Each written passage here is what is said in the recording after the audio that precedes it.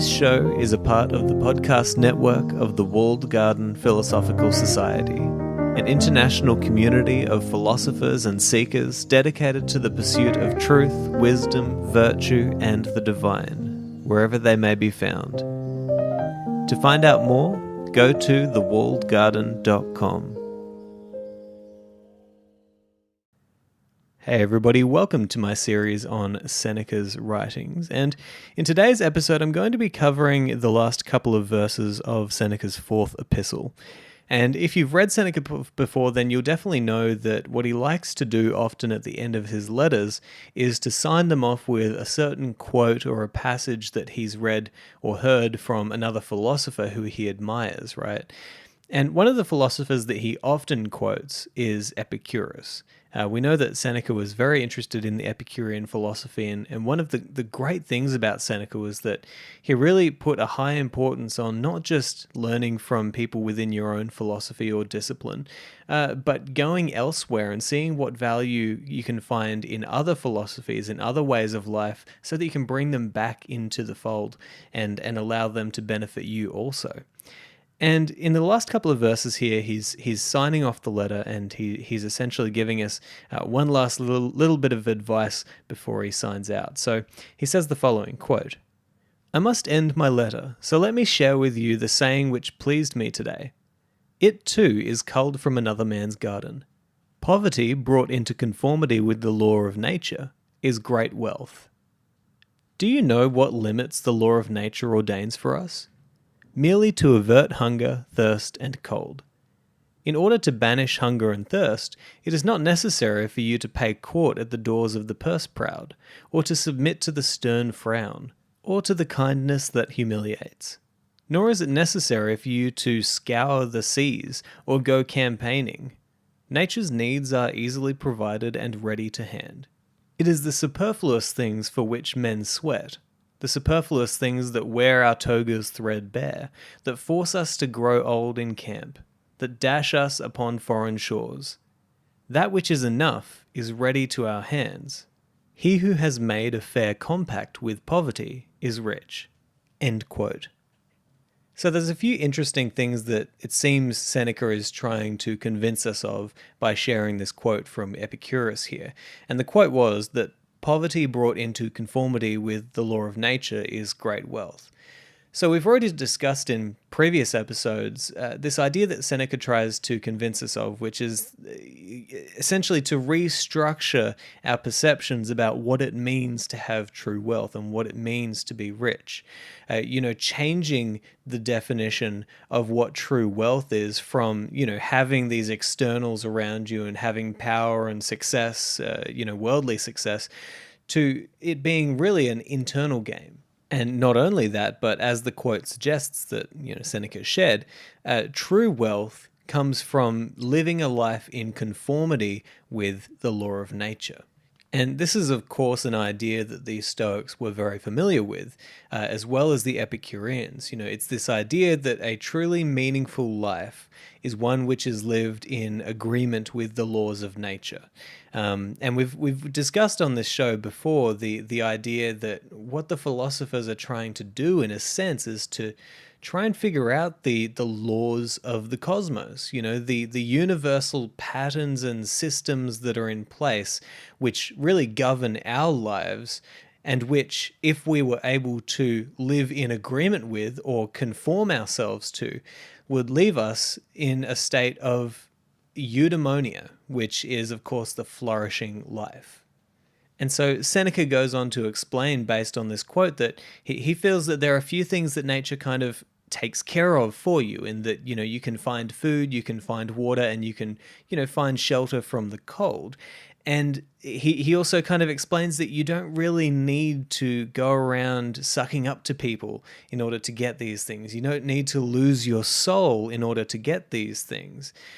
And this is actually a way more complex idea that would require many, many episodes to dive into. But one thing I will point out here is that it's interesting to see that this idea clearly separates Seneca's philosophy from, say, that of Aristotle. Aristotle believed that for a human to have a really meaningful life, then it definitely wouldn't hurt them and might actually increase the chances of them having a meaningful life if, they had a little bit of that physical attractiveness, if they had a certain level of material success in society. And that's certainly the way that most of us act. I mean, if you believe what people say, then you might believe, that what Seneca's saying here is perfectly true, which is that if you're in poverty, if you're just willing to live in conformity with the laws of nature, then you can still be very happy. But most of us live as if it's important to have a little bit of that material success in order to give us a position within society where we feel as though we are contributing and being rewarded for that contribution.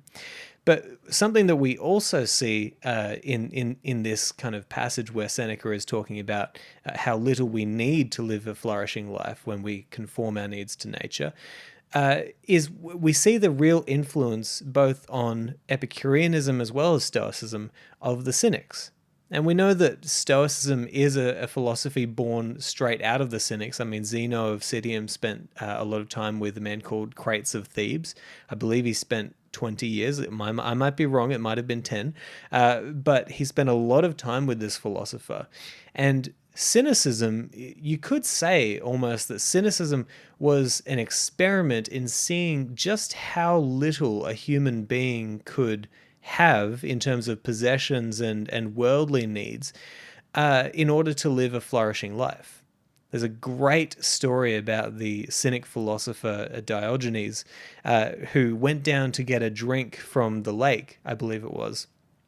And he got his cup out to fill it up with water, and he looked over at this child who came down, and the child was drinking with his hands, right? And essentially Diogenes the Cynics threw away his cup and said, how could this kid essentially be a better philosopher than I? How can he live with less than I am living? And so cynicism was this great experiment in seeing just how little human beings could go with and still live a happy life. And so that really influenced the Stoic philosophers. And we see that influence here with this idea that even if you're in absolute poverty, right, you still have what is necessary to live a meaningful life. And that's a really difficult idea to wrestle with, because it's one that you don't really know and you can't really believe until you have tried it. But on the other hand, this idea that the meaningful life or the flourishing life is one which is lived in agreement with nature or in agreement with the universal principles under which we are governed, that's a really interesting and rich idea that the Stoics really hold to. And as we go throughout all of these letters from Seneca, I'm sure that we're going to touch on this idea multiple times, because he does talk about it in many of his letters.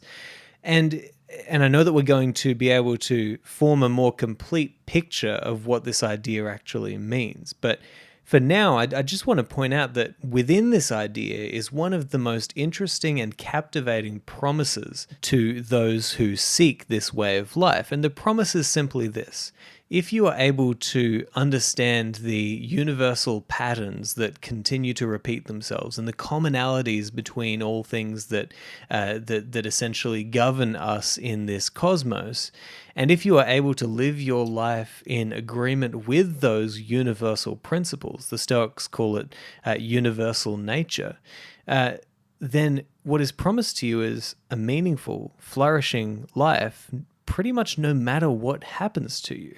And I don't want to oversimplify things, because there's a lot more that goes into that principle. There's a lot more that goes into that promise.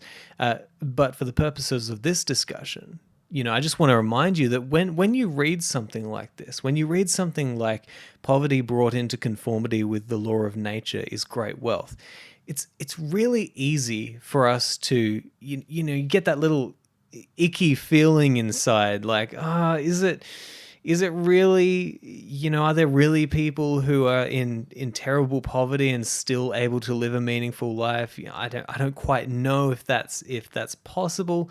And so you can get kind of cynical about the idea, right? Before you really know whether it holds any ground.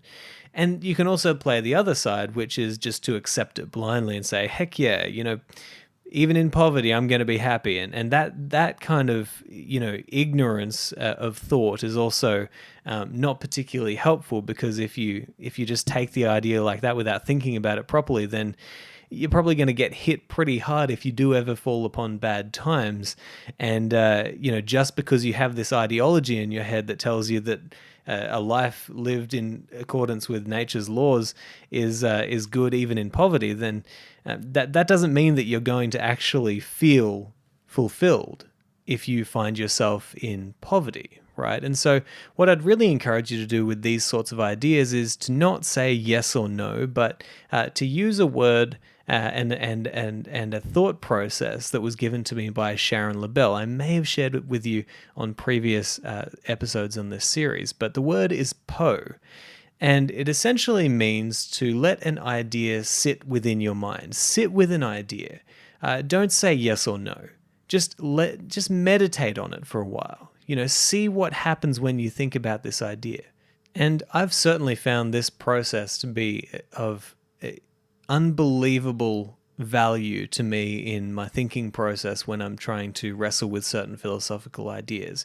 Just to remain distant from this need that we feel within ourselves to agree or disagree, to say yes or no, but to wrestle with the idea and play with it and see what happens. And one of the things that really comes up in my mind when I meditate on this kind of idea of living in conformity with nature, and with the idea of really not needing a lot in our lives to live a truly happy and meaningful life. So one thing that comes up for me is there are definitely people out there who seem, at least from the outside, to be living happy, fulfilling, meaningful lives despite the fact that they have very, very, very little. And that doesn't necessarily mean that everybody is going to have that same experience, but it does mean that for the humankind, it is certainly possible to live a full and rich life despite having very little, and despite having circumstances that to others might seem unbearable.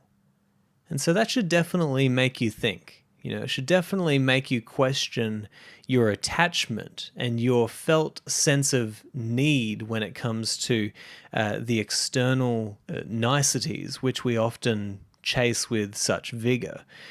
And that's really where Seneca ended up in his analysis of that passage, is really trying to remind us that, listen, there are so many things that you don't need, and look at how much effort you're putting into trying to get them. Look at how much of your life you're spending trying to get these things that ultimately you don't need, and they don't really make a huge difference in your life satisfaction. And that sort of stuff is also very much up for debate.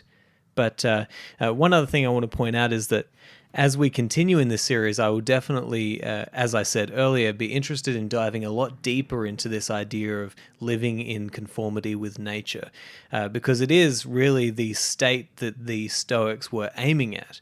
And, as I have explored this idea and explored Stoic philosophy, the true value of such an idea has really become apparent to me.